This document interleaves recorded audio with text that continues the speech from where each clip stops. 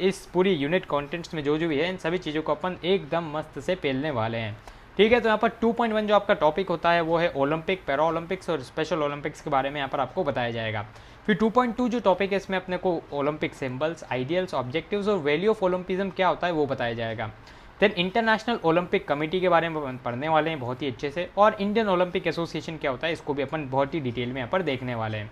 तो ठीक है, बिल्कुल आप बने रहिए हमारे लेक्चर में आगे, और आगे अपने पास अच्छे अच्छे MCQs 1 मार्क, 3 मार्क और 5 मार्क के क्वेश्चन भी आने वाले हैं, और इन टॉपिक्स को मैं पहले यहाँ पर अच्छे से एक्सप्लेन करूँगा और उसके बाद ही उन क्वेश्चंस को यहाँ पर सॉल्व करवाऊँगा। तो बिल्कुल आप एंड तक मेरे साथ जुड़े रहिएगा। और स्टार्ट करते अपन पहले टॉपिक ओलंपिक से। तो देखिए, ओलंपिक के बारे में अपने को जानना इसलिए ज़रूरी क्योंकि ये आज के तारीख में विश्व के अंदर सबसे बड़े स्तर पर खेले जाने वाले खेल हैं। मल्टी स्पोर्ट टूर्नामेंट ये होता है, हर 4 साल में होता है। जैसे कि आपको पता ही होगा कि हर 4 साल के अंदर ओलंपिक होता है। अगले ओलंपिक अभी 2020 के अंदर जापान टोक्यो में होने थे, लेकिन वो किसी कारणवश क्या, कोरोना के कारण ही, कोविड-19 के कारण उसको 2021 के अंदर पोस्टपोन कर दिया गया है। तो अपन देखेंगे इसी ओलंपिक की हिस्ट्री क्या है, कैसे स्टार्ट हुआ, कैसे इसको एंशिएंट टाइम पर भी खेला जाता था, मॉडर्न टाइम पर इसको किसने वापस से मतलब इसको मेन स्ट्रीम में इतना फेमस किया, किसने वापस स्टार्ट किया, पैरा ओलंपिक्स क्या होते हैं, स्पेशल ओलंपिक्स क्या होते हैं, सभी को बहुत ही अच्छे से देखने वाले हैं। सिलेबस के एक एक टॉपिक को यहाँ पर अपन बिल्कुल स्क्रूटनाइज करने वाले हैं।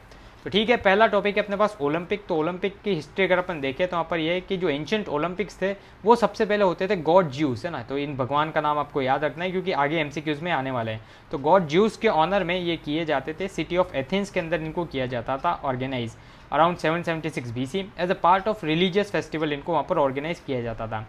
Then representatives of the whole Greek used to gather at Olympia and exhibit their unity during the ancient Olympic Games। तो पूरे ग्रीक से वहाँ पर रिप्रेजेंटेटिव्स आते थे, ओलंपिया नाम का एक शहर था वहाँ पर आते थे, और वो वहाँ पर अपनी यूनिटी को दर्शाते थे ओलंपिक के दौरान। तो आप सोच ही सकते हैं कि बहुत ही सारे राजा महाराजाओं उस टाइम पे, जैसे आपने देखा होगा रामायण अभी लॉकडाउन के टाइम पे चल रही थी, तो कैसे राम भगवान और सीता माता का स्वयंवर हुआ था, मतलब मेन स्वयंवर हुआ था सीता माता का। तो आपने देखा होगा कैसे सभी तरफ से बहुत सारे लोग वहाँ पर आए थे, राजा महाराजाओं, दानव, है ना, मानव दानव सब वहाँ पर आए थे, और सभी ने अपने अपने शौर्य का प्रदर्शन किया था। तो इसी तरह से वहाँ पर भी कुछ होता होगा कि इस तरह का एक बड़ा सा आयोजन किया जाता होगा ओलंपिया नाम की जगह में, जो कि एथेंस ग्रीस के अंदर थी, और वहाँ पर वो सभी राजा महाराजा अपनी यूनिटी और बाकी सभी चीज़ों को वहाँ पर दर्शाते होंगे। तो आप बिल्कुल इमेजिन कर पा रहे होंगे उस एटमॉस्फेयर को। फिर आगे अपन बढ़ते हैं। तो ये तो रही एंशिएंट ओलंपिक के बाद। दो बात आपको ध्यान रखनी है कि 776 BC का टाइम था, और यहाँ पर एथेंस ग्रीस ये शहर था अपना। तो बस ये दो चीज़ आपको ध्यान रखनी है। उसके अगर आगे अपन बढ़ते हैं तो जो रिवाइवल वर्क था ऑफ द गेम्स, तो ये रिवाइवल वर्क किसने किया, अपन एक बार इसको भी देख लेते हैं। तो revival work of the games was undertaken by baron Pierre de Coubertin. तो बेरॉन पियरे डी कुबर्टिन ने रिवाइवल वर्क किया इन एंशिएंट ओलंपिक गेम्स को रिवाइव करके इसको मॉडर्न ओलंपिक गेम्स के अंदर तब्दील किया।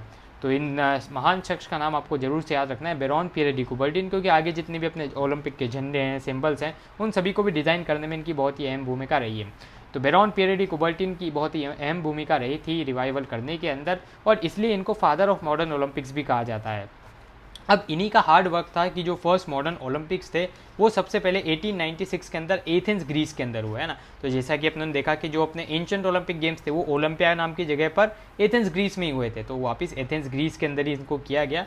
और आप सोच भी पा रहे होंगे कि अच्छा, पहले ओलंपिया नाम की जगह पर गेम्स खेले गए, तो इसीलिए जब ओलंपिया नाम की जगह पर ही गेम्स खेले गए, तो इसीलिए जब मॉडर्न ओलंपिक्स की बात की गई, मॉडर्न मल्टी स्पोर्टिंग इवेंट्स की बात की गई, तो बेरॉन पियरे डी कुबर्टिन ने बोला कि अपन इसका नाम ओलंपिक गेम्स से रखते हैं, क्योंकि ओलंपिया जगह पर ही पहली बार ये खेले गए थे। तो इसीलिए इसका नाम रखा गया ओलंपिक गेम्स, और इसको 1896 है ना, इसमें बार बार स्लिप ऑफ टंग होता है। तो 1896 जो है वहाँ पर एथेंस ग्रीस के अंदर इसको पहली बार खेला गया। और सिंस देन ये जो गेम्स थे हेल्ड होते हैं एवरी 4 साल के अंदर, है ना। तो बिल्कुल हर 4 साल के अंदर इन गेम्स को यहाँ पर हेल्ड किया जाता है। और जो नेक्स्ट ओलंपिक होने वाले थे, जैसा कि मैंने आपको आगे बताया, 2020 के अंदर टोक्यो जापान के अंदर होने वाले थे, लेकिन ये कोविड-19 के कारण 2021 में पोस्टपोन कर दिए गए हैं। आगे अपन बढ़ते हैं। तो अब देखते हैं अपन पैरा ओलंपिक्स क्या है। तो अभी अपन ने देखा ओलंपिक्स। अब जब ये ओलंपिक्स जो खेल थे बहुत ही ज़्यादा फेमस हो गए, पूरे विश्व भर में इसको खेला जाने लगा, तो उसके बाद ये नीड महसूस की गई कि जो अपने यार स्पेशल एबल लोग हैं, जो डिसेबल लोग हैं, जो दिव्यांग जन हैं, अपने चिल्ड्रन विद स्पेशल नीड्स हैं, उनके लिए अपने को कुछ करना चाहिए और उनको भी इस स्तर पर अपने को खेलने का मौका देना चाहिए।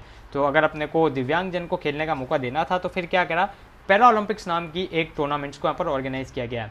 तो जो पैरा ओलंपिक्स थे ये क्या थे, कंपोजिशन थे 2 वर्ड्स, पैरा और ओलंपिक्स, जैसा कि आप देख ही सकते हैं। कहीं भी अगर आपको डेफिनेशन भी लिखने के लिए आए ना, तो बिल्कुल इसी तरह से लिखना है कि पैरा ओलंपिक्स 2 वर्ड से मिलकर बना है, पैरा प्लस ओलंपिक। पैरा का मतलब होता है कि पैरेलल, है ना, मतलब किसी के भी अलॉन्ग साइड चलना, किसी के भी बिसाइड चलना। और ओलंपिक्स तो आपको पता ही है कि एक ऐसा टूर्नामेंट होता है जो कि 4 साल के अंदर खेला जाता है। तो पैरा ओलंपिक्स क्या होते हैं, पैरेलल गेम्स होते हैं जो कि बिल्कुल ओलंपिक्स के साथ साथ यहाँ पर चलते हैं। और this events are held for the person with the range of disabilities, तो बिल्कुल उन पर्सन्स के लिए भी इनको खेला जाता है जिनके पास रेंज ऑफ डिसेबिलिटीज़ रहती है। जैसा कि हमने देखा है, पैरा ओलंपिक्स मतलब जिनको कुछ ना कुछ डिसेबिलिटी, जो दिव्यांग जन है उनके लिए जो ओलंपिक्स ऑर्गेनाइज किए जाते हैं उसको पैरा ओलंपिक्स कहते हैं। अब यहाँ पर किस तरह का इम्पेयरमेंट हो सकता है, मसल इम्पेयरमेंट हो सकता है, रेंज ऑफ मूवमेंट में कोई इम्पेयरमेंट होता है, लिम्ब डेफिशिएंसी हो सकती है ना, मतलब कोई भी उनका लिम्ब का मतलब हो गया उनका कोई भी अंग, उसमें कोई भी अगर डेफिशिएंसी है तो वो सब इस पैरा ओलंपिक्स में पार्टिसिपेट कर सकते हैं।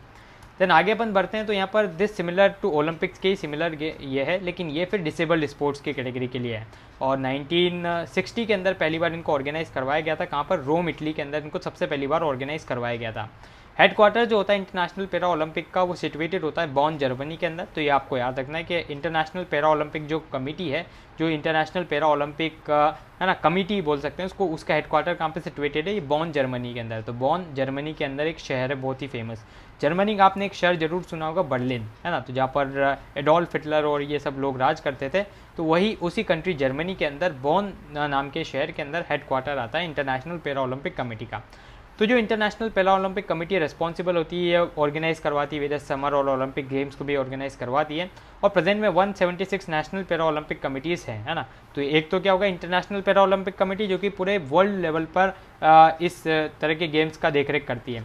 और वहीं पर जो नेशनल पैरा ओलंपिक कमेटी होगी वो क्या करेगी, वो नेशनल लेवल्स पर, जैसे इंडिया की अलग नेशनल पैरा ओलंपिक कमेटी होगी, है ना, पाकिस्तान के अलग, चाइना के अलग, श्रीलंका के अलग, भूटान, मालदीव, सबके अलग अलग अपनी नेशनल पैरा ओलंपिक्स कमेटी होगी। और वो सब इंटरनेशनल पैरा ओलंपिक कमेटी की देख रेख में उसके इंस्ट्रक्शंस को मानते हुए अपने कामकाज को आगे बढ़ाएगी। ठीक है, आगे बढ़ते अपन स्पेशल ओलंपिक्स की तरह। तो अभी तक अपनों ने क्या क्या पढ़ लिया, अपनों ने पढ़ लिया पैरा ओलंपिक्स और ओलंपिक्स। अब अपन पढ़ने वाले हैं स्पेशल ओलंपिक्स। तो यहाँ पर जैसे अपन इसको पढ़ लेंगे तो उसके बाद अपना जो सिलेबस का 2.1 टॉपिक है वो खत्म हो जाएगा। ठीक है, फिर उसके बाद अपन आगे बढ़ेंगे सिलेबस के 2.2 टॉपिक पे।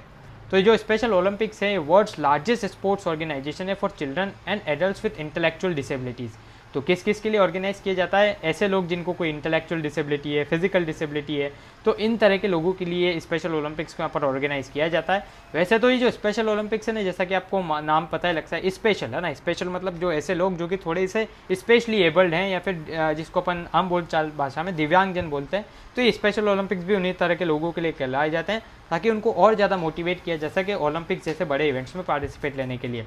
तो ये इसको लोकल, नेशनल, रीजनल लेवल पर इनको ऑर्गेनाइज करवाया जाता है। और देख सकते हैं कि मोर देन 1 लाख इवेंट्स हर साल ये होते हैं, है ना। तो क्या होते हैं, ये प्रमोशन के लिए होते हैं ताकि ओलंपिक जैसे बड़े इवेंट का प्रमोशन किया जा सके, लोगों को इंपॉर्टेंस बताई जा सके कि ओलंपिक कितना बड़ा इवेंट एक होता है।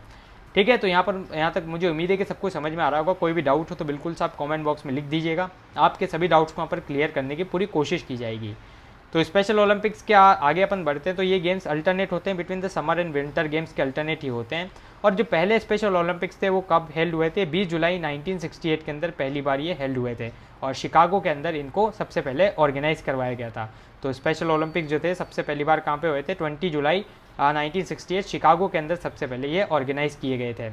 आगे अगर अपन बढ़ते हैं तो जो समर ओलंपिक गेम्स होते हैं वो आ जाते हैं। और समर ओलंपिक्स गेम क्या होते हैं, जो अपने नॉर्मल ओलंपिक होते हैं ना उसी को समर ओलंपिक्स गेम्स बोलते हैं। तो जो सबसे पहले समर ओलंपिक गेम कब हुए थे, 1896 के अंदर पहली बार ये हुए थे। और इंटरनेशनल मल्टी स्पोर्ट्स इवेंट होते हैं जो कि हर 4 साल के अंदर डिफरेंट सिटीज़ के अंदर ऑर्गेनाइज किए जाते हैं।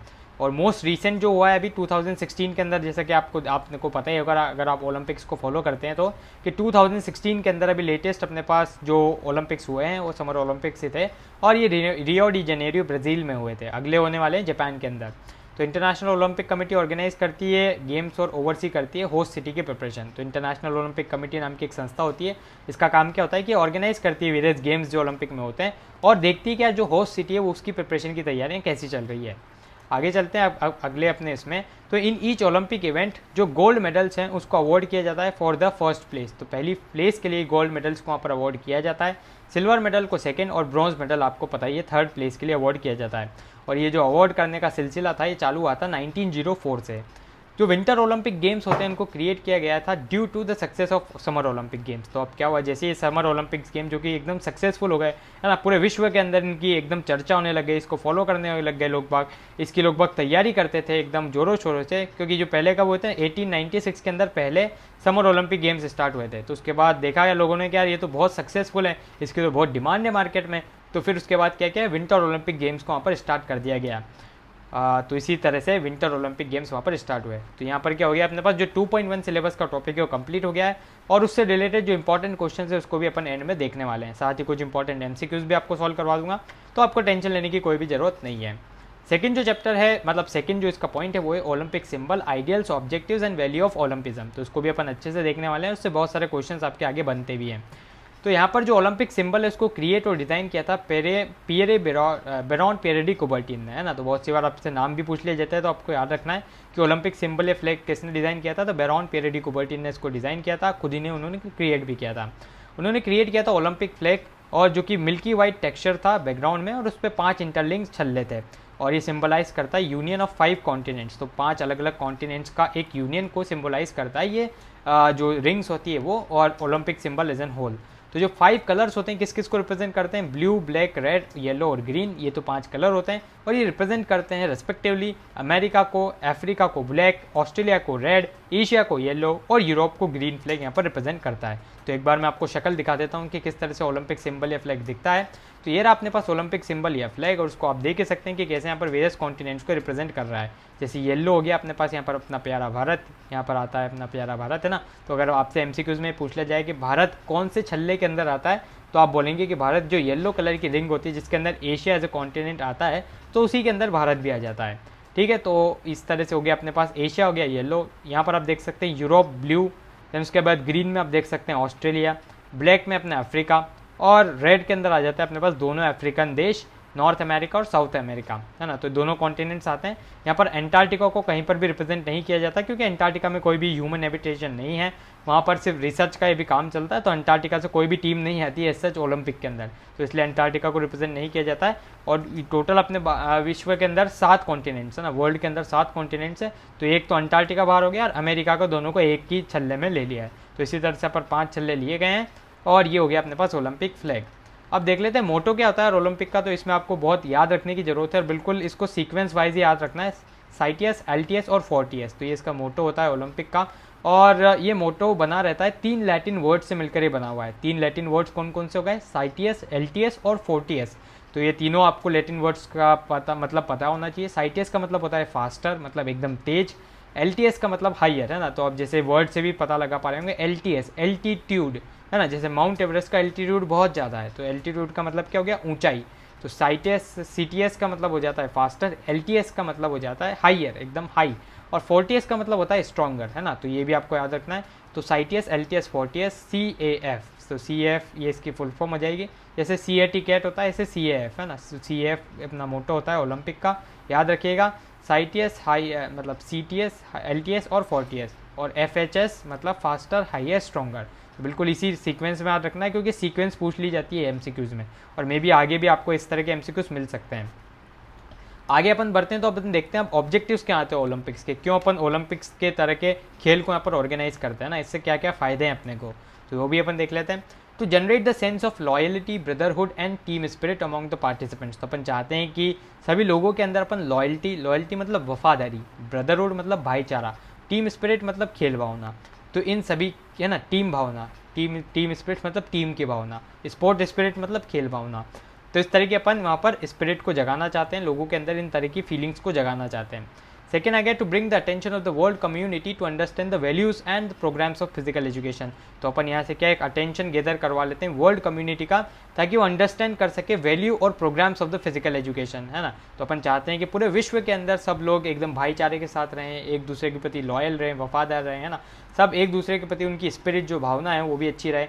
तो ये सब क्या अपन खेल के माध्यम से कर सकते हैं। आपने देखा होगा कि जो भारत पाकिस्तान होता है उसके बीच में भी बार बार जो दोनों कंट्रीज़ के बोर्ड होते हैं, और खासकर पाकिस्तान क्रिकेट कंट्रोल बोर्ड, तो वो तो यही चाहता है कि भारत के साथ अपन मैचेस खेलें, ताकि जो दोनों टीम्स हैं, दोनों की जो लोग हैं, देश के लोग हैं, उनके बीच में एक पॉजिटिव वहाँ पर से भावना जागे और फिर वो लोग वहाँ पर एक दूसरे के साथ मिलकर रहे। तो क्योंकि अगर लोग बाग मिलकर रहेंगे तो फिर at the end of the day governments को भी पॉजिटिव एक्शंस उठाने पड़ेंगे और उसी तरह के एक्शंस उठाने पड़ेंगे जिस तरह के लोग बाग चाहते हैं।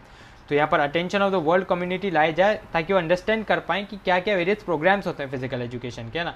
तो आपने देखा होगा कि ओलंपिक्स के अंदर कितना ज़्यादा रेवेन्यू जनरेट होता है जहाँ पर भी जो भी होस्ट सिटीज़ को करवाती है, क्योंकि विश्व भर से वहाँ पर लोग आते हैं। संस्कृति का एक तरह से इसको बोलते हैं कल्चर पॉट, है ना, melting pot of the cultures, है ना। तो बहुत सारे कल्चर्स एक जगह आते हैं और वहाँ पर आके मेल्ट हो जाते हैं। तो बिल्कुल इस तरह के वहाँ पर चीज़ें देखने को मिलती है। तो इसीलिए ओलंपिक का वहाँ पर बहुत ज़्यादा महत्व है। Then to promote amateurism among the sportsman. तो एमेच्योरिज्म मतलब शौक पैदा करना। तो जब देखते हैं आप ओलंपिक्स जैसे बड़े इवेंट होते हैं तो अगर वहाँ से बहुत सी बार क्या होता है, अपन भी नए नए गेम्स को देखते हैं ओलंपिक्स में कि अच्छा इस तरह का भी गेम होता है और कितने अच्छे से इस गेम्स को खेल रहे हैं लोग। तो क्या होता है कि उन गेम्स के प्रति, स्पोर्ट्स के प्रति और physical education as a whole के प्रति अपनी जो भावनाएं होती है वो बदलती है और अपन एक स्पोर्ट्समैन, एक फिजिकल फिटनेस रेजीम को फॉलो करने के लिए आतुर हो जाते हैं। Then to remove the various of the caste, creed, religion, colour, है ना। तो अपन चाहते हैं कि जो बैरियर्स होते हैं कास्ट, क्रीड, रिलीजन है उनको भी अपन दूर करें। गुड हैबिट्स को अपन डेवलप करना चाहते हैं अमॉन्ग द स्पोर्ट्स पर्सन और एनकरेज करना चाहते हैं लोगों के अंदर की मॉरल वैल्यूज़ को और अनबायस्ड बिहेवियर को टुवर्ड्स द स्पोर्ट्स, है ना। तो बिल्कुल इस चीज़ को प्रमोट करना बहुत ज़्यादा इंपॉर्टेंट है कि एनकरेज की जाए मॉरल वैल्यूज़। जो भी आप कंपटीशन खेलें, जो भी आप टूर्नामेंट में पार्टिसिपेट करें, सबसे ज़्यादा इंपॉर्टेंट वहाँ पर यही है कि आप एथिकली वहाँ पर पार्टिसिपेट करें ना। वहाँ पर आप बिल्कुल ये कोशिश न करें कि आप बिल्कुल चीटिंग से वहाँ पर आगे बढ़ें या फिर अनबायस्ड तरीके से आपकी वहाँ पर जीत हो। तो बिल्कुल यही यहाँ पर ओलंपिक का भी ऑब्जेक्टिव कि जितने भी खिलाड़ी वहाँ पर पार्टिसिपेट करें सब खेल भावना का पालन करें और वहाँ पर जितने भी ऑफिशियल्स रहें वो बिल्कुल अनबायस्ड बिहेवियर शो करें, है ना। ऐसा नहीं कि जर्मनी के अंदर ओलंपिक्स हो रहे हैं तो जर्मनी के वहाँ पर सारे अपनों ने जो भी रेफरीज हैं, अंपायर से सब जर्मनी के रख दिए और वो सारे मतलब बहुत तगड़े लेवल पर चीटिंग कर रहे हैं और सभी जर्मनी के लोगों को जिता रहे हैं। तो अगर ऐसा होगा तो बिल्कुल ओलंपिक्स की तो वैल्यू ही घट जाएगी। तो यहाँ पर क्या कोशिश की जाती है कि अनबायस्ड बिहेवियर रहे, भले वो सेम कंट्री के लेकिन फिर भी वो अपनी जो ऑक्यूपेशन है उसके प्रति वफादार रहे, नहीं कि अपनी मतलब कंट्री को फॉल्सली मेडल्स दिलाने के प्रति, है ना। तो क्योंकि अगर देखो जेन्यूननेस बनी रहेगी तभी तक उन मेडल्स की वैल्यू है। जैसे आज अपन ओलंपिक में गोल्ड मेडल लाने के लिए कितना ज़्यादा प्रयास कर रहे हैं अपन, Khelo India programme, fit India programme, है ना। इस तरह के बहुत सारे प्रोग्राम्स अपने माननीय श्री प्रधानमंत्री मोदी जी भी चलाने का प्रयास कर रहे हैं। तो ऐसा क्यों हो रहा था कि अपन ओलंपिक का गोल्ड मेडल ला सकें। ओलंपिक का इसलिए इतने ज़्यादा मान्यता है क्योंकि यहाँ का जो गोल्ड मेडल है बहुत ज़्यादा ऑथेंटिक होता है और आपको बहुत ज़्यादा उसके लिए मेहनत करनी पड़ती है ना। अगर कोई छोटा मोटा कंपटीशन होता तो वह उसके लिए अपन इतनी ज़्यादा मेहनत नहीं करते और पता ही होता है कि यार यहाँ पर तो चीटिंग होती है। बहुत सारे कंपटीशन होते हैं ऐसा जहाँ पर आपको पहले ही पता रहता है कि यार यहाँ पर तो चीटिंग से ही बिना डिसाइड होता है, तो फिर उसकी इतनी वैल्यू भी नहीं रहती कि अच्छा वहाँ से जीत के आए, चल ठीक है कोई दिक्कत नहीं, वहाँ तो एरा गिरा नत्थु गिरा भी जीत जाता है। लेकिन अगर आप ओलंपिक्स में अगर जीतते हैं तो देन वहाँ आपकी बहुत ज़्यादा वैल्यू रहती है, ठीक है। तो इसलिए यहाँ पर अपन एनकरेज करना चाहते हैं मॉरल वैल्यूज़ को और unbiased behaviour towards the sports को। देन उसके बाद अपन अब देखते हैं कि क्या क्या वेरियस वैल्यूज़ हैं जिसको अपन डेवलप करना चाहते हैं लोगों के अंदर।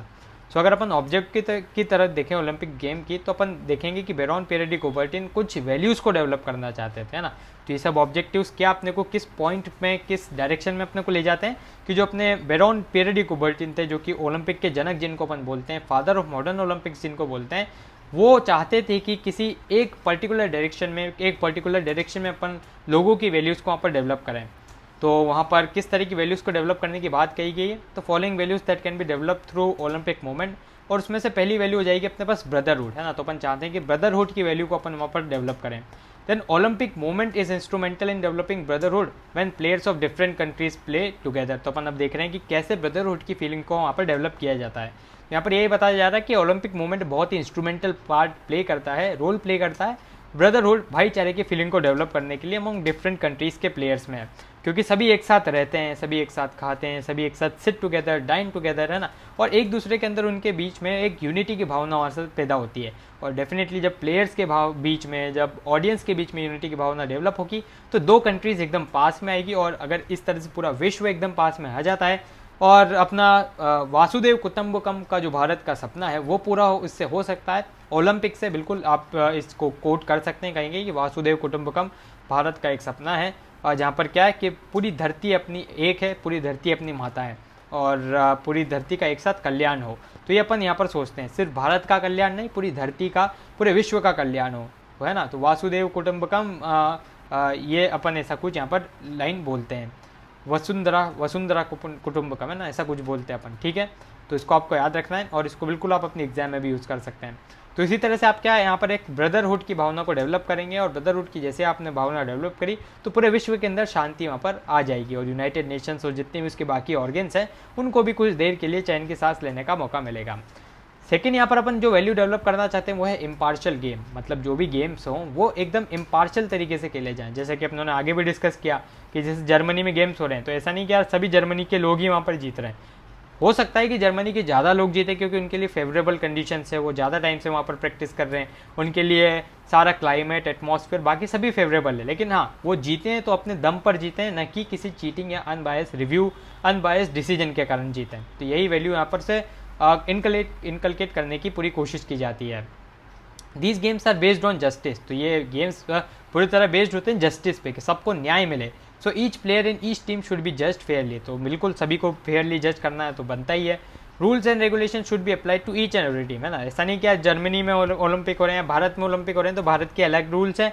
भारत का अगर 10 जैसे कोई 10 अपने पास 100 मीटर की रेस हो रही है, तो अगर भारत का 20 सेकंड में भी दौड़े तो भी जीत जाएगा, और बाहर की कंट्रीज़ का 10 सेकंड में दौड़े तो भी उसको एक बहुत ही टफ कंपटीशन का सामना करना पड़ेगा।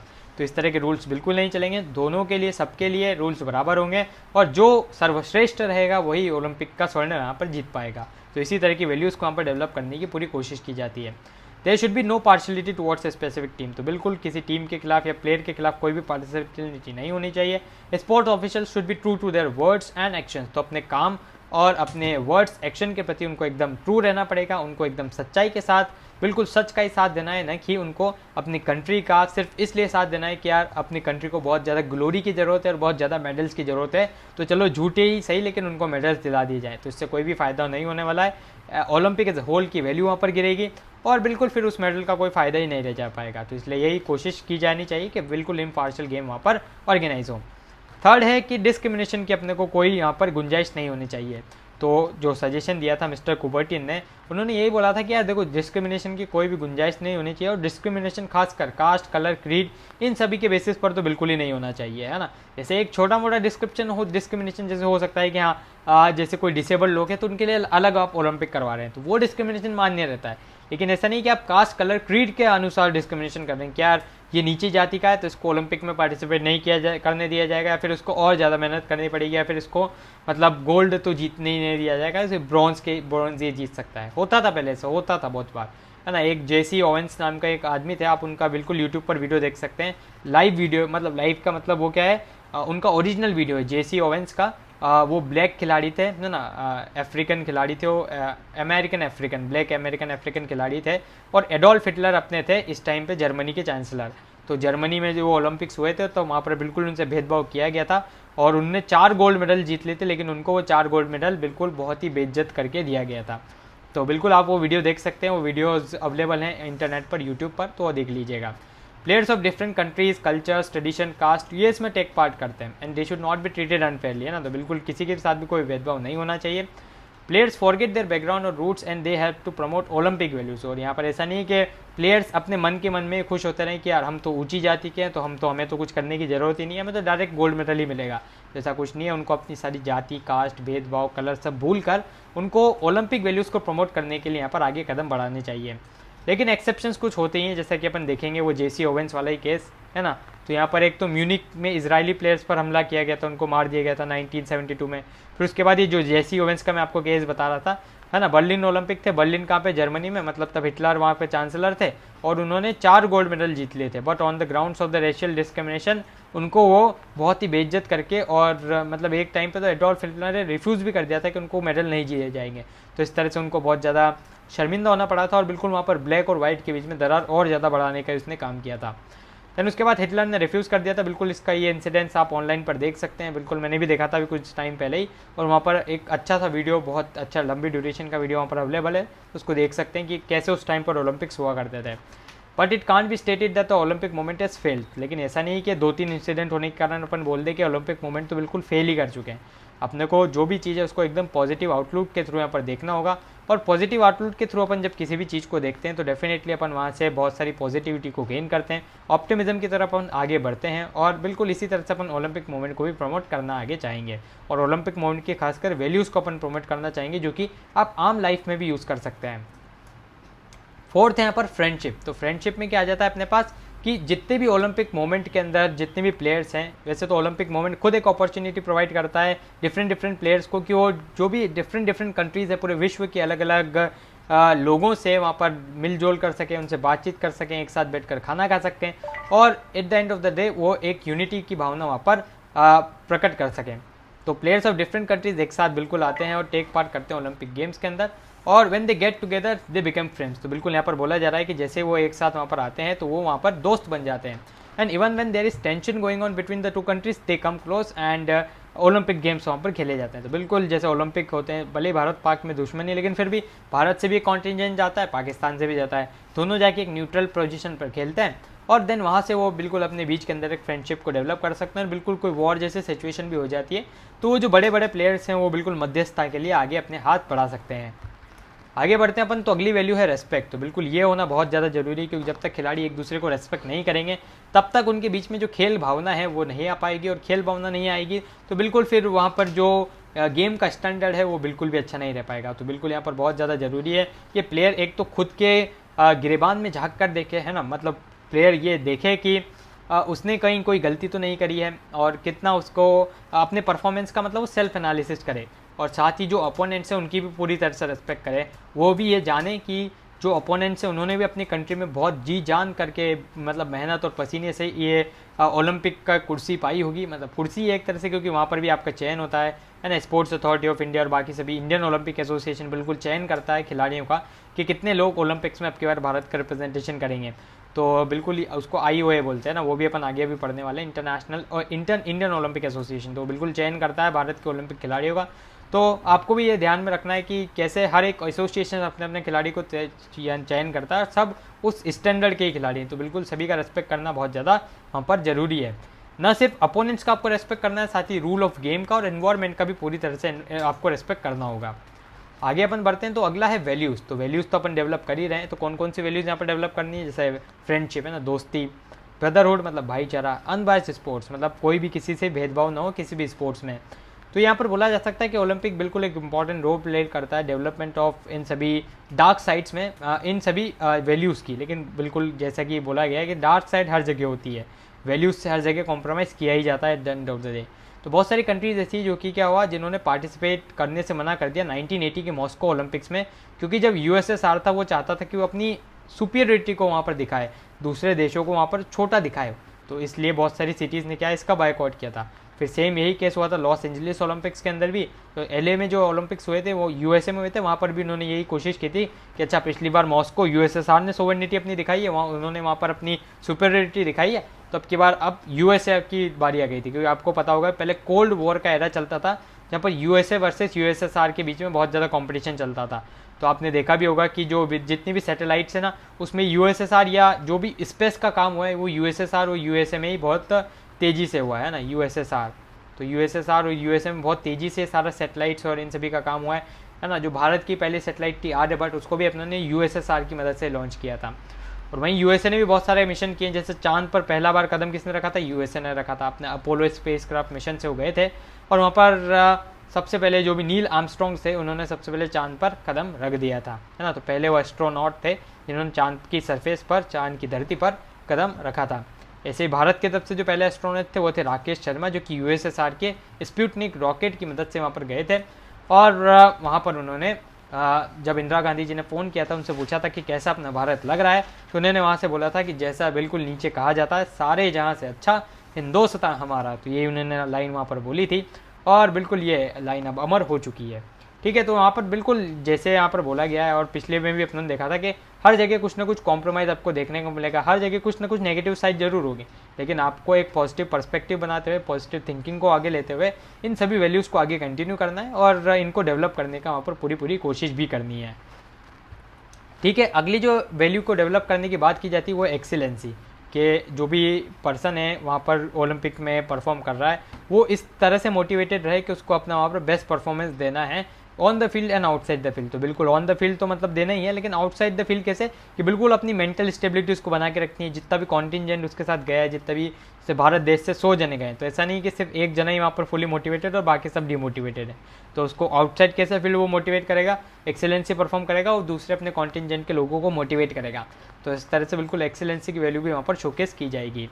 आगे अपन बढ़ते हैं, तो अपन बढ़ते हैं 2.3 टॉपिक जो कि अपने सिलेबस का है, वो की है इंटरनेशनल ओलंपिक कमेटी। तो इंटरनेशनल ओलंपिक कमेटी को अपन यहाँ पर डिटेल में देखने वाले हैं, क्या क्या इसके वेरियस फंक्शंस होते हैं, ऑब्जेक्टिव्स क्या होते हैं, करंट में इसकी क्या स्टैंडिंग है, कब इसको फॉर्म किया गया, तो सब अपन यहाँ पर देखेंगे। तो जो हेडक्वार्टर होता है IOC का वो होता है लुसैन, स्विट्जरलैंड के अंदर। तो स्विट्जरलैंड एक बहुत ही फेमस टूरिस्ट डेस्टिनेशन है और इस टूरिस्ट डेस्टिनेशन पर ही इंटरनेशनल ओलंपिक कमेटी ने अपना हेडक्वार्टर बना दिया है कि अच्छा जब भी काम हो ऐसा लगे कि यार चलो मजमान तो छुट्टी मनाने आए हैं, है ना। तो इसका ये जो हेडक्वार्टर है बिल्कुल लुसैन स्विट्जरलैंड के अंदर है और इसको फॉर्म किया गया था 23 जून 1894 को। तो 23 जून 1894 मतलब आज से करीब 125-126 साल पहले इसका फॉर्मेशन हो चुका था। और यहाँ पर पीरे बेरोन डी कुबर्टिन, है ना, ये इन्होंने इसको फॉर्म करा था। सबसे पहले इंटरनेशनल ओलंपिक कमेटी फॉर्म हुई और उसके बाद फिर वहाँ पर क्या हुआ, उसके बाद फिर इंटरनेशनल ओलंपिक कमेटी के फॉर्म होने के बाद ही पहली बार ओलंपिक्स ऑर्गेनाइज किए गए। और आप मुझे कमेंट बॉक्स में बताइएगा कि अच्छा पहली बार ओलंपिक्स कब ऑर्गेनाइज किए गए, जिसको समर ओलंपिक्स के नाम से जाना गया। तो इस कमेटी में क्या होता है, 105 एक्टिव मेंबर्स है फिलहाल के लिए और 32 ऑनररी मेंबर्स हैं। एक्टिव मेंबर्स मतलब जो कि एक्टिवली पार्टिसिपेट करते हैं सभी मीटिंग्स में, और ऑनररी मेंबर्स मतलब ऐसे मेंबर्स जिनको बाकी मेंबर्स के रिकमेंडेशन पे बुलाया जाता है क्योंकि उन्होंने कुछ ना कुछ बहुत ही तगड़ा काम किया है अपने फील्ड के अंदर। तो रिकमेंडेशन देने के हिसाब से उनको बुलाया जाता है और इसलिए उनको 32 ऑनररी मेंबर बोला जाता है।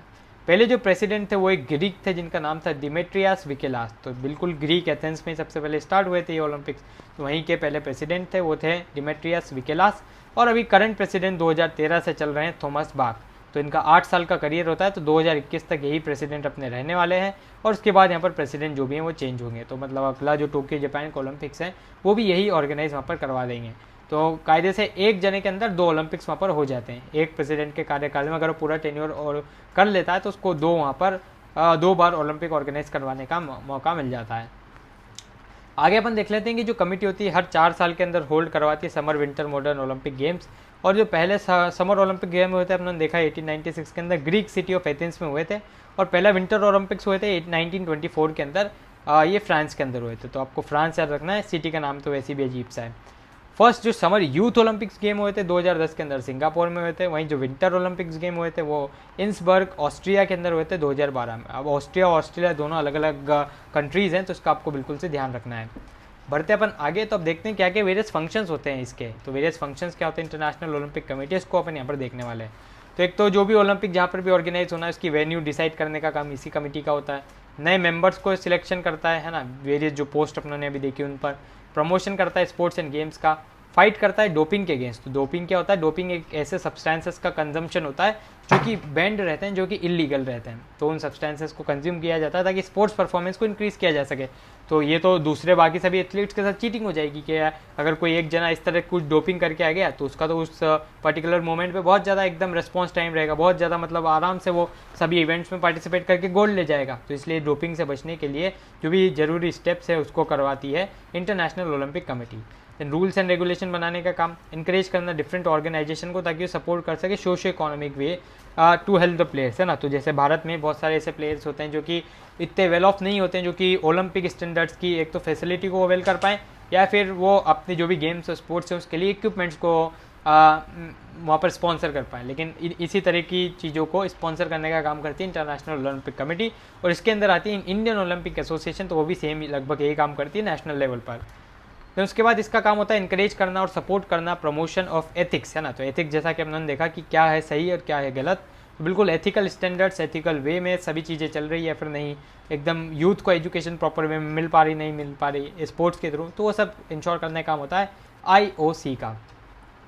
इतनी मोटिवेट करती culture and education combined along with sports, है ना। तो बिल्कुल स्पोर्ट्स के साथ ये कल्चर एजुकेशन को भी यहाँ पर कंबाइन करने की पूरी कोशिश करती है।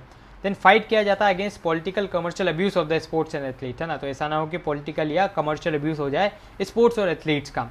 देन एनकरेज और सपोर्ट किया जाता है, प्रमोशन किया जाता है वुमेन और स्पोर्ट्स का सभी लेवल पर। तो ये सभी काम होता है इंटरनेशनल ओलंपिक कमेटी का। दैन फिर उसके बाद ये एक्ट करती है against any form of discrimination, अगर कोई हो रहा है ओलंपिक मूवमेंट में तो उसके खिलाफ एक्शन लेने का काम करेगी IOC। मोटिवेट करती है डेवलपमेंट ऑफ द स्पोर्ट्स में, टेक करती है action in order to strengthen the unity and protect the independence of the Olympic movement, है ना।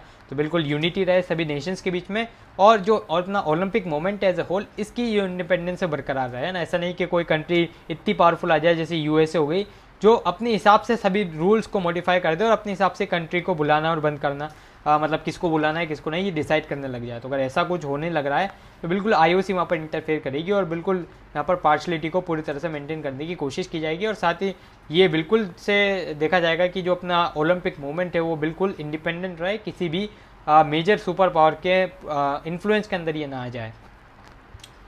देन अब देख लेते हैं अपन इसकी गवर्निंग काउंसिल क्या है, मतलब जो इंटरनेशनल ओलंपिक कमेटी किस तरह का इसका स्ट्रक्चर रहता है। 15 मेंबर्स होते हैं, इसको आप ट्राइंगल के रूप में बता सकते हैं, है ना। सबसे पहले आ जाएगा अपने पास एक प्रेसिडेंट, 4 वाइस प्रेसिडेंट और 10 एग्जीक्यूटिव बोर्ड के मेंबर्स। प्रेसिडेंट कौन रहता है इंटरनेशनल ओलंपिक कमेटी का, इसको चूज़ किया जाता है मेंबर्स के द्वारा कमेटी के, और 8 साल का इनका टेन्योर रहता है, और जैसे इसके टेन्योर का एक्सपायर हो जाता है इसको वापस 4 साल के लिए बढ़ाया जा सकता है। जैसे अपने ने पढ़ा अभी थॉमस बाक हैं, तो थॉमस बाक का टेन्योर वापस 4 साल के लिए बढ़ाया जा सकता है अगर 2021 में उनके फेवरेबल में अगर वोटिंग हो गई तो।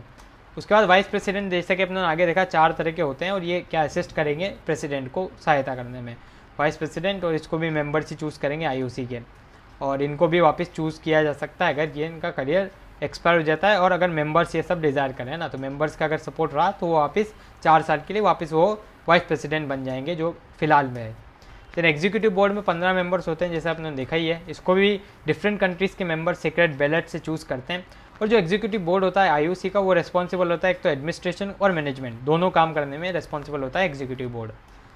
अब लास्ट टॉपिक देख लेते हैं आज के इस लेक्चर का, और वो है इंडियन ओलंपिक एसोसिएशन, है ना, भारतीय ओलंपिक एसोसिएशन। तो इंडियन ओलंपिक एसोसिएशन क्या होता है इसको देखते हैं, कुछ इंपॉर्टेंट पॉइंट्स उनको आपको याद रखना पड़ेगा। तो अभी तक अगर कोई भी आपके डाउट्स है तो बिल्कुल आप कमेंट बॉक्स में मुझसे पूछ सकते हैं।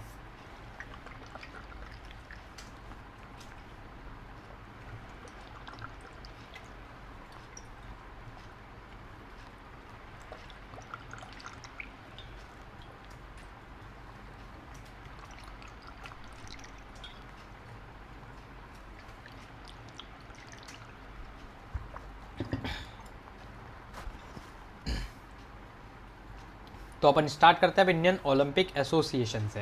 तो सिंपल सा टॉपिक है और इससे भी क्वेश्चन बन जाते हैं, 5 मार्क का क्वेश्चन भी बनता है इससे, तो ध्यान से आप इसको पढ़िएगा। तो जो इंडियन ओलंपिक एसोसिएशन है इसको फाउंड किया गया था 1927 में सर दोराबजी टाटा और डॉक्टर नोरहेन के द्वारा। तो दोराबजी टाटा तो इसके पहले प्रेसिडेंट बने थे, वही पहले सेक्रेटरी जनरल बने थे डॉक्टर नोरहेन। तो इसको आपको याद रखना है, सेक्रेटरी जनरल थे डॉक्टर नोरहेन और पहले प्रेसिडेंट थे दोराबजी टाटा। तो जो सर दोराबजी टाटा थे वो फर्स्ट मेंबर भी थे आईओसी के, और इसके मेंबर्स को हर 4 साल के बाद चूज़ किया जाता है। तो जो कमेटी होती है इसके अंदर क्या क्या होता है, जैसा अपने वहाँ पर पढ़ा था इंटरनेशनल ओलंपिक में, तो इसी तरह से यहाँ पर भी कमेटी होती है। इसके अंदर प्रेसिडेंट एक रहता है, 9 वाइस प्रेसिडेंट रहते हैं, 6 सेक्रेटरी और 1 ट्रेजरर यहाँ पर रहता है। उसके बाद India participate for the first time, India ने पहली बार जो ऑफिशियली पार्टिसिपेट किया था, मतलब जहाँ पर पूरे भारत के ही सदस्य थे, वो था 1928 के एम्स्टर्डम ओलंपिक्स गेम्स में। मतलब पहली बार भारत ने गोल्ड कहाँ पर जीता था, तो गोल्ड जीता था 1928 में, हॉकी के अंदर भारत ने गोल्ड जीता था। और आपने गोल्ड मूवी भी देखी होगी अक्षय कुमार की, और अगर देखिए तो बिल्कुल आप मुझे कमेंट बॉक्स में बता सकते हैं कि कैसी क्या आपका एक्सपीरियंस रहा था। तो from that time onwards IOA जो होता है वो वर्क कर रहा है कंटिन्यूसली ओलंपिक मूवमेंट के लिए, और उसी टाइम के बाद से इंडियन जो ओलंपिक एसोसिएशन है वो भारत में ओलंपिक्स के लिए खिलाड़ियों को चूज़ कर रहा है। मतलब आज से आप सोच सकते हैं 100 साल पहले से इस तरह का ये काम यहाँ पर कर रहा है। नाउ यही रेस्पॉन्सिबल होता है participation in the Olympic games और other games such as Asian games, Commonwealth games etcetera. तो यहाँ पर भी पार्टिसिपेशन की जिम्मेदारी किसके ऊपर रहती है, आईओए के ऊपर ही रहती है। आगे अपन बढ़ते हैं, देख लेते हैं क्या क्या ऑब्जेक्टिव्स रहते हैं। तो पहला इसका काम रहता है डेवलपमेंट और प्रमोशन करना ओलंपिक मूवमेंट का, सभी रूल्स और रेगुलेशन सही से फॉलो हो रहे नहीं हो रहे हैं इसका भी इन्फोर्समेंट करने का काम इसका होता है। Official organisation in the complete form, whole charge of the matters इसके पास रहता है। प्रमोशन और एनकरेजमेंट करता है फिजिकल, मोरल और कल्चरल एजुकेशन यंग पीपल के लिए, ताकि वो आगे जाके ओलंपिक्स में भारत को रिप्रेजेंट कर पाएँ। देन उसके बाद ये ऑर्गेनाइज करता है नेशनल इंटरनेशनल कंपटीशन, है ना, तो वेरियस कॉम्पिटिशन्स ऑर्गेनाइज करेगा ताकि ओलंपिक के प्रति लोगों में जागरूकता बढ़ाए, और खासकर भारत के लोगों में, है ना, क्योंकि इंडियन ओलंपिक एसोसिएशन है। देन उसके बाद governmental organisation and control the related matters, तो रिलेटेड मैटर्स को कंट्रोल भी करता है। देन अंडरटेक करना assistance of the national sports federation, financial management करना, ट्रांसपोर्टेशन, मेंटेनेंस, वेलफेयर, इन सभी कामों को भी देखता है IOC। तो बिल्कुल जो भी आपने इंटरनेशनल ओलंपिक कमेटी में पढ़ा ना उसको ही आप IOA है ना, तो IOA यहाँ पे लिखना है। तो वही काम सारे IOA भी करता है, लेकिन वो नेशनल लेवल पे करता है। सजेस्ट करता है number names of selected participants ना, तो ये तो इसका मेन काम ही है कि इसको सिलेक्ट करना होता है कि कौन कौन ऐसे पार्टिसिपेंट्स हैं जो कि भारत के लिए ओलंपिक्स में अब खेलने वाले हैं। देन ये डिसिप्लिनरी एक्शन भी ले लेता है उन लोगों के अगेंस्ट जो कि मिसबिहेवियर शो करते हैं या डिसक्रेडिट लाते हैं कंट्री के लिए, है ना। तो बहुत से आपने देखा होगा जैसे किसी ने डोपिंग कर ली और इंटरनेशनल लेवल पर उसने डोपिंग कर ली, तो इस सारी चीज़ों से बचने के लिए पहले स्टेप पर चेकिंग कौन कर लेगा, IOA। तो IOA यहीं पर चेक करके भेजेगा कि कहीं लोगों ने यहीं से डोपिंग तो नहीं कर रखी है ना, तो यहाँ से अगर कर रखी होगी तो उसको आगे ओलंपिक्स में भेजा ही नहीं जाएगा, ताकि भारत आगे जाके भारत का नाम बदनाम ना हो, है ना। तो कितना बदनाम होगा अगर पूरे देश 200 देश अगर खेल रहे हैं उसमें अगर भारत ने कुछ ऐसा चीटिंग कर ली, क्या भारत के लोगों ने डोपिंग कर ली, कुछ ऐसे सब्सटेंसेस कंज्यूम कर लिए जिससे उनकी परफॉर्मेंस एनहांस हो गई और उन्होंने वहाँ पर मेडल भी जीत लिया, लेकिन बाद में पकड़ाए गए कि यार इन्होंने डोपिंग करी थी, तो कितना डिस्क्रेडिट आता है कंट्री के लिए। तो इन सभी चीज़ों को रोकने के लिए डिसिप्लिनरी एक्शन पहले ही ले लेता है IOA, है ना। फिर कोऑपरेशन करता है वेरियस नेशनल स्पोर्ट्स फेडरेशन और एसोसिएशन से, तो बहुत सारी नेशनल स्पोर्ट्स फेडरेशंस रहती है ना, जैसे क्रिकेट के लिए अलग, क्रिकेट के लिए तो BCCI है, बाकी के लिए फेडरेशन है, जैसे चेस के लिए, बास्केटबॉल के लिए, है ना, टेबल टेनिस के लिए। भारत में इन सभी गेम्स के लिए कुछ कुछ फेडरेशंस और एसोसिएशंस है, तो इन सभी से एक तालमेल बनाने का काम करता है इंडियन ओलंपिक एसोसिएशन। आगे अपन बढ़ते हैं, एनफोर्स करता है, डिफेंड करता है exclusive right of the association to use Olympic flag and Olympic insignia.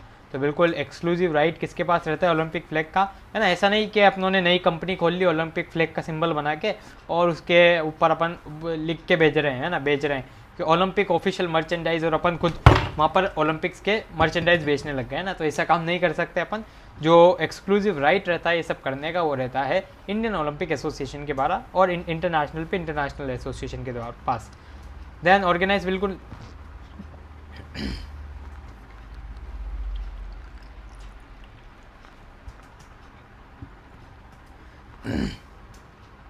तो नेशनल और इंटरनेशनल लेवल पे कॉम्पिटिशन्स को भी ऑर्गेनाइज करवाने का काम करता है IOA।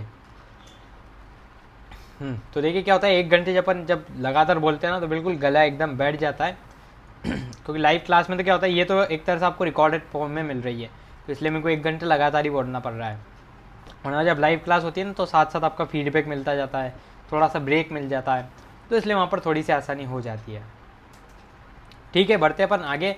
और यहाँ पर अपने को ऑर्गेनाइज करना होता है नेशनल इंटरनेशनल कॉम्पिटिशन्स, किसको, अपने को नहीं, IOA को।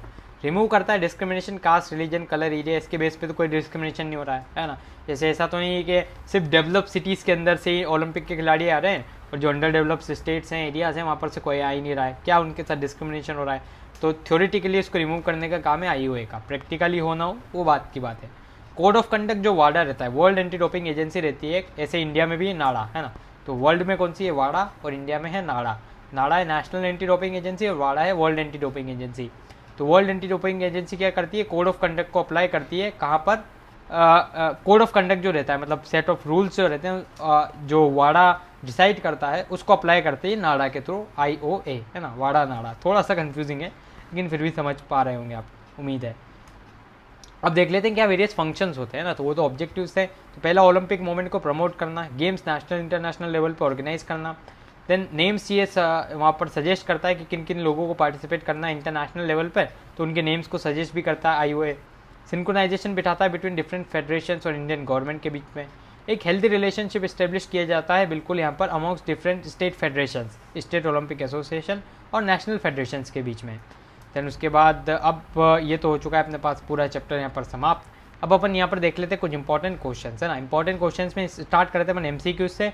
तो यहाँ पर अगर आप इस वीडियो को रिकॉर्डेड फॉर्म में देख रहे हैं तो आपको क्या करना है, मैं यहाँ पर क्वेश्चन पढ़ूंगा और आपको उसका आंसर मुझे कमेंट बॉक्स में हाथों हाथ देना है ना। और फिर उसके बाद मैं अनाउंस कर दूंगा कि क्या इसका सही उत्तर है, तो उस हिसाब से आप इसको चेक भी कर पाएंगे। ठीक है, तो अपन सीधा बढ़ते हैं यहाँ पर MCQs की तरफ, फिर उसके बाद 1, 3, 5 मार्क्स भी क्वेश्चन अपन डिस्कस कर लेंगे। तो यहाँ पर पूछा जा रहा है पहला क्वेश्चन कि the para Olympic games organise किए जाते हैं आफ्टर द कंप्लीशन ऑफ। तो आपको इसका अटेम्प्ट करना है खुद और उसके बाद कमेंट बॉक्स में आपको इसका आंसर करना है। कैसे अटेम्प्ट करेंगे, जैसे ही क्वेश्चन आपकी स्क्रीन पर आए आप वीडियो को कर दीजिए पॉज, है ना। तो वीडियो को आपको करना है पॉज और उसके बाद आपको इसका आंसर लिखना है कमेंट बॉक्स के अंदर। फिर जैसे आपने आंसर लिख दिया उसके बाद वापस इसको करिए प्ले एंड देन उसके बाद आंसर यहाँ पर चेक कर दीजिए। तो पैरा ओलंपिक्स गेम्स होते हैं ऑर्गेनाइज किसके कंप्लीशन की बात होते हैं, जो ओलंपिक्स गेम्स होते हैं, है ना।